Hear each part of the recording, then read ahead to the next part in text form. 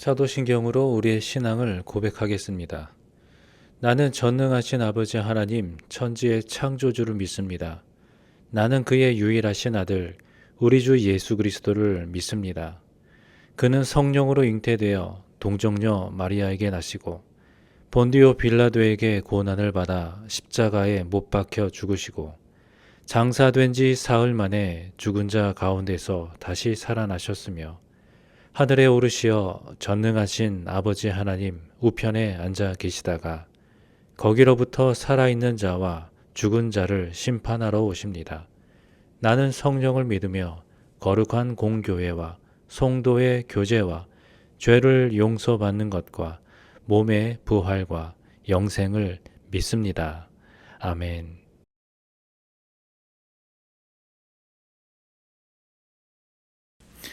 오늘 본문의 말씀은 다윗이 정식으로 이제 왕이 되기 전에 여러 지파의 용사들이 다윗의 그 주변으로 모여들게 되는데요. 그들은 당장의 어떤 이익보다 하나님의 뜻을 그 중심에 두고 자발적으로 이제 연합을 이루어 가면서 이제 다윗을 왕으로 세우게 됩니다. 이러한 모습은 결국 오늘날의 우리가 하나님의 나라를 이제 어떻게 세워가야 하는가, 그거를 생각해 보게 하는데요. 그러면 이 본문의 말씀을 통해서 오늘 우리에게 주시고자 하는 하나님의 메시지는 무엇인가 함께 살펴보며 은혜를 나누도록 하겠습니다. 먼저 1절로 15절의 말씀을 봅니다. 다윗이 기스의 아들 사울로 말미암아 시글락에 숨어 있을 때 그에게 와서 싸움을 도운 용사 중에 든 자가 있었으니 그들은 활을 가지며 좌우 손을 놀려 물매도 던지며 화살도 쏘는 자요 베냐민 지파 사울의 동족인데 그 이름은 이러하니라. 그 우두머리는 아히에셀이요 다음은 요아스이니 기브아 사람 스마의 두 아들이요 또 아스마웨스의 아들 여시엘과 벨렛과 또 브라가와 아나도 사람 예후와 기브온 사람 곧 30명 중에 용사요 30명의 우두머리가 된 이스마야이며 또 예레미야와 야하시엘과 요하난과 그데라 사람 요사밧과 엘루세와 여리못과 브아랴와 스마랴와 하룹 사람 스바디아와 고라 사람들 엘가나와 이시야와 아사렐과 요에셀과 야소부암이며 그돌 사람 여로함의 아들 요엘라와 스바디아더라. 갓 사람 중에서 광야에 있는 요새에 이르러 다윗에게 돌아온 자가 있었으니 다 용사요 싸움에 익숙하여 방패와 창을 능히 쓰는 자라.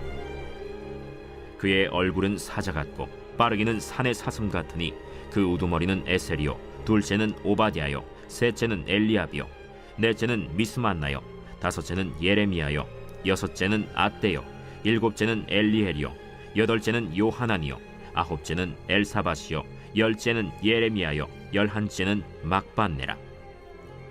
이 갓 자손이 군대 지휘관이 되어 그 작은 자는 백부장이요 그 큰 자는 천부장이더니 정오래 요단강 물이 모든 언덕에 넘칠 때에 이 무리가 강물을 건너서 골짜기에 있는 모든 자에게 동서로 도망하게 하였더라. 오늘 본문의 말씀은 다윗이 그 시글락이라는 곳에 있을 때에 사울 집안의 지파인 그 베냐민뿐만 아니라 그 갓지파 사람들도 다윗의 곁에 모였음을 보여주고 있습니다. 우리가 이미 살펴본 바와 같이 사울과 그의 가문은 이미 9장과 10장에서 종말을 맞이했지만 역대기는 그 이야기의 흐름을 신학적인 메시지를 더 강조하기 위해서 그 시간적인 흐름을 재배열을 합니다. 그래서 오늘 본문인 12장은 다시 과거로 돌아가서 사울이 아직 살아있던 그 시절, 그리고 다윗이 시글락에 머물던 그때로 다시 되돌아가서 다윗과 함께한 그 용사들의 명단과 그 배경들을 다시 한번 기술하고 있는 것입니다. 그 이유가 이 역대기는 하나님의 그 구속사 안에서 다윗 왕조의 회복과 또 다윗 그 왕가의 정당성을 드러내는 데 있기 때문에 이 역대기가 어떤 그러한 역사적인 흐름을 다시 재배치하고 있는 것이죠. 자, 이때 그 갓지파의 용사들이 요단강을 이제 건너오게 되는데, 근데 성경에 보니까 요단강이 범람하는 그런 때에 물러서지 않고 용맹하게 그 강을 건너서 다윗에게 나아왔다라고 성경은 이야기합니다. 이처럼 이들의 그러한 용단, 그 결단은 단지 그 갓지파 사람들이 용맹하기 때문이기도 하겠지만 그 때문이 아니라 어떻게 보면 그 시대를 잘 분별을 하고 하나님이 기름을 부으신 자를 따르려 하는 그런 신앙적인 결단과 통찰에 있었기 때문이다라고 볼 수 있는 것입니다. 그러면 먼저 이 말씀에 대한 해설 두 번째 문단을 함께 살펴보도록 하겠습니다. 사울의 동족 베냐민 지파가 다윗을 지지하러 시글락으로 들어왔습니다. 갓지파도 요단강을 건넜던 선조들처럼 봄철에 범람하는 요단강을 용감하게 건너 광야에 다윗에게 나아옵니다. 시글락과 광야에 있을 때 다윗은 망명자이자 도망자였습니다. 붙잡을 만한 줄이 되기는커녕 자기 미래도 불투명한 신세였습니다. 다윗에게 나아온 용사들은 이스라엘을 하나님 나라로 돌리겠다는 신념으로 안정을 포기하고 모험을 결단한 것입니다.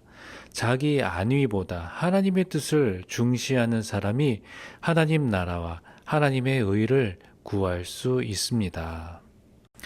이처럼 신앙인은 때때로 용기를 내야 할 그 갈림길에 섭니다. 믿음이란 결국 일신의 안녕과 또 편안함보다는 먼저 하나님의 뜻을 찾고 그 하나님의 뜻에 우선순위를 두는 선택인 것이죠. 그러면 오늘 나에게 갓지파 용사들처럼 건너야 할 그 요단강, 근데 그냥 잔잔한 요단강이 아니라 범람하는 요단강 같은 그러한 두려움을 주는 그러한 어려움과 또 문제점은 무엇이 있을까요? 또 그 요단강을 건넌들 여전히 남아있는 험난한 삶의 그 여정이 지속되어 되고 여전히 고생길이 이렇게 많이 보이지만 그 결단력 있는 그 선택을 통하여서 하나님의 뜻에 따라 위대한 그런 걸음을 내딛어가는, 그래서 결국은 복된 삶으로 나아갈 수 있는 우리의 참 아름다운 결실을 맺는 우리의 인생이 되기를 소망합니다. 그러면 계속해서 16절로 18절까지의 말씀을 보도록 합니다. 베냐민과 유다 자손 중에서 요새에 이르러 다윗에게 나오매 다윗이 나가서 맞아 그들에게 말하여 이르되 만일 너희가 평화로이 내게 와서 나를 돕고자 하면 내 마음이 너희 마음과 하나가 되려니와 만일 너희가 나를 속여 내 대적에게 넘기고자 하면 내 손에 불의함이 없으니 우리 조상들의 하나님이 감찰하시고 책망하시기를 원하노라.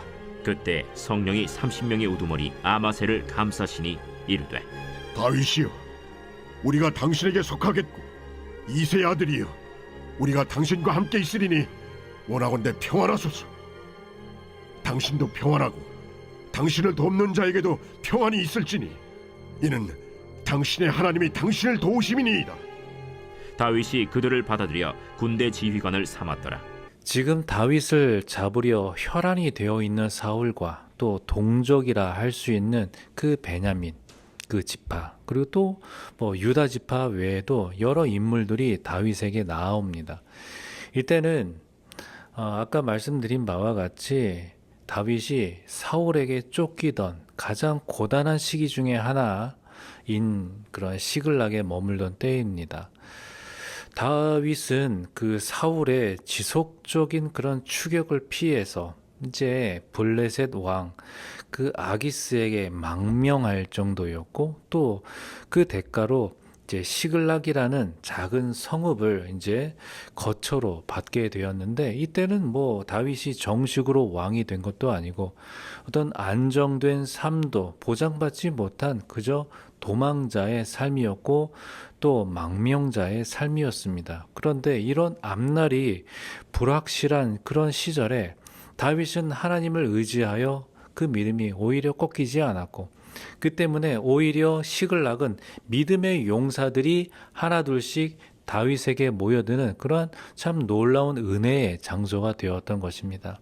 다윗은 이렇게 몰려드는 그들의 진심을 분별하고자 했고, 또 이때 성경에 보니까 성령이 아마스에게 임하여서 그가 다윗에게 순전한 마음으로 그 연합함을 고백하며 하나님의 도우심을 선포하게 되죠. 이 모습은 다윗의 분별력과 또 하나님이 그 분별하는 가운데에 응답하시는 하나의 방식을 보여주고 있는데요. 이처럼 이런 영적인 여정을 함께할 그 동역자를 선택을 하고 분별하는 것은 매우 중요하죠. 그런데 하나님은 이미 그 공동체 안에 필요한 사람을 반드시 붙여주신다라는 사실을 기억하면서 날마다 기도와 또 말씀 안에서 하나님이 주시는 평안과 또 확신 가운데에 우리가 서로 격려하고 바라보고 또 믿음으로 연합할 수 있는 우리 모두가 되기를 소망합니다. 또한 그러면 계속해서 19절로 22절까지의 말씀을 보도록 합니다. 다윗이 전에 블레셋 사람들과 함께 가서 사울을 치려 할 때에 므낫세 지파에서 두어 사람이 다윗에게 돌아왔으나 다윗 등이 블레셋 사람들을 돕지 못하였음은 블레셋 사람들의 방백이 서로 의논하고 보내며 이르기를 그가 그의 왕 사울에게로 돌아가리니 우리 머리가 위태할까 하노라. 다윗이 시글락으로 갈 때 므낫세 지파에서 그에게로 돌아온 자는 아드나와 요사밧과 여디아엘과 미가엘과 요사밧과 엘리후와 실르데이니 다 므낫세의 천부장이라. 이 무리가 다윗을 도와 도둑대를 쳤으니 그들은 다 큰 용사여 군대 지휘관이 됨이었더라. 그때 사람이 날마다 다윗에게로 돌아와서 돕고자 하매 큰 군대를 이루어 하나님의 군대와 같았더라. 자, 이 부분의 말씀은 베냐민 지파의 용사들에 이어서 또 므낫세 지파의 일부 용사들이 또 다윗과 연합하는 그런 과정을 보여주고 있습니다. 그들은 다윗이 아직 사울에게 쫓기던 그 시기에 불확실한 상황 속에서도 함께할 그런 결단을 내리게 됩니다. 이들은 다윗을 통해서 이스라엘의 회복을 바라보았고 또 하나님의 뜻에 헌신한 자들이었는데요. 이 말씀에 대한 해설 첫 번째 문단을 함께 보도록 합니다. 하나님은 하나님의 뜻을 따르는 사람에게 협력하고 조력하는 사람들을 보내주십니다. 다윗이 블레셋에 망령하여 시글락에 머물 때 블레셋 군대의 편에서 이스라엘과 싸워야 할 상황에 처했습니다. 다행히 전쟁에서 제외되어 시글락으로 돌아왔지만 아말렉 족속이 다윗과 부하들의 가족을 사로잡아 갔습니다. 다윗이 부하들을 거느리고 추격해서 아말렉의 도둑대를 치고 가족들을 데려왔는데 이때 므낫세 지파의 용사들이 다윗을 도왔습니다. 다윗은 도망자 신세였지만 많은 용사들이 위험을 무릅쓰고 사울을 떠나 다윗에게로 모여 그를 도왔습니다. 하나님의 뜻을 따르는 길에 동행자와 지지자가 없다고 실망하지 마십시오. 그 길로 우직하게 가면 하나님의 뜻을 같이 하는 사람들을 만나게 하실 것입니다. 이렇게 하나님의 뜻을 따라 사는 길은 언제나 안전하지 않을 수 있고 오히려 고생길일 수 있습니다. 하지만 그 길에는 하나님이 동행하여 주시고 또 뜻을 같이 하는 동역자를 붙여 주신다라는 그런 사실입니다. 그렇기 때문에 혼자라는 그러한 두려움보다는 하나님의 뜻에 합한 그 연합의 기쁨을 통하여서 하나님의 나라를 이루어갈 수 있는 그러한 복된 은혜와 그러한 은혜가 넘치는 삶을 우리가 누리게 되기를 소망합니다. 그러면 계속해서 23절로 40절까지의 말씀을 봅니다. 싸움을 준비한 군대 지휘관들이 헤브론에 이르러 다윗에게로 나와서 여호와의 말씀대로 사울의 나라를 그에게 돌리고자 하였으니 그 수효가 이러하였더라.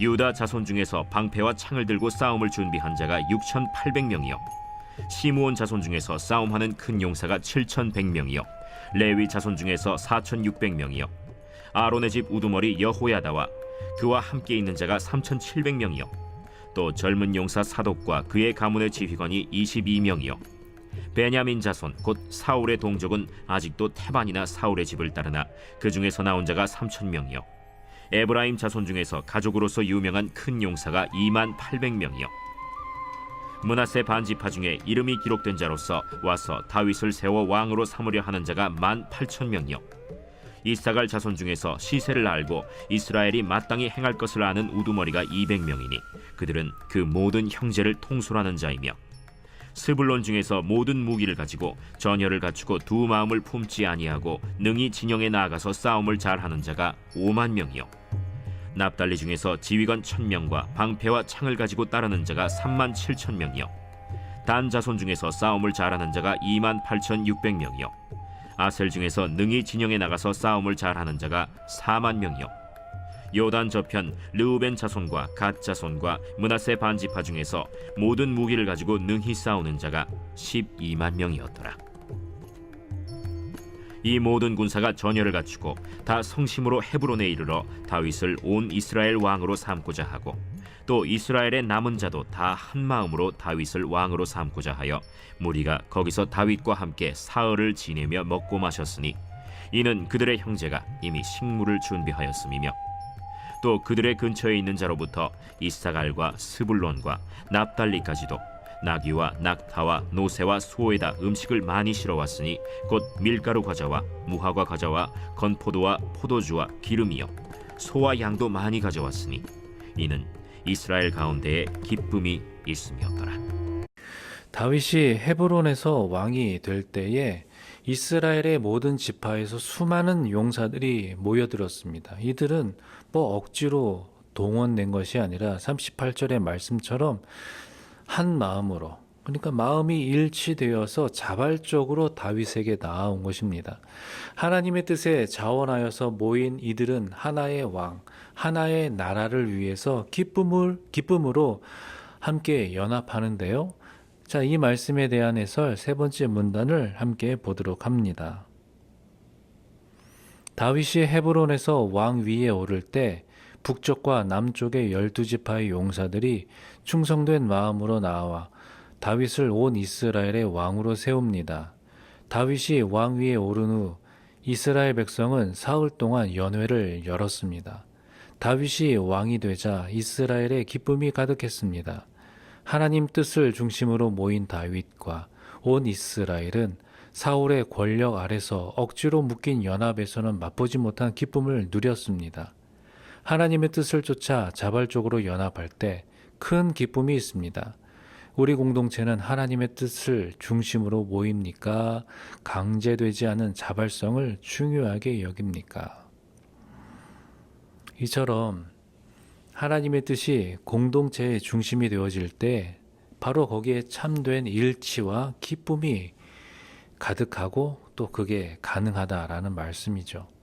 자발적으로 다윗에게 나아온 용사들과 그 백성들처럼 하나님 앞에 오늘 우리의 모습이 어떤 억지로가 아니라 기쁨으로 자원하는 마음으로 함께 믿음의 공동체를 이루어가는 것, 그게 바로 하나님 나라의 중요한 원리라는 말씀입니다. 그러므로 믿음을 바탕으로 한 그런 순수한 내적인 동기로 함께 모여서 교회를 이루고 또 하나님 나라의 복음을 각자의 삶으로 증명해내면서 오늘도 주어진 우리의 삶 가운데 그런 삶의 현장 속에서 충성된 주님의 일꾼으로 살아갈 수 있는 그런 복된 오늘 하루가 되기를 주님의 이름으로 축복합니다. 함께 기도하겠습니다.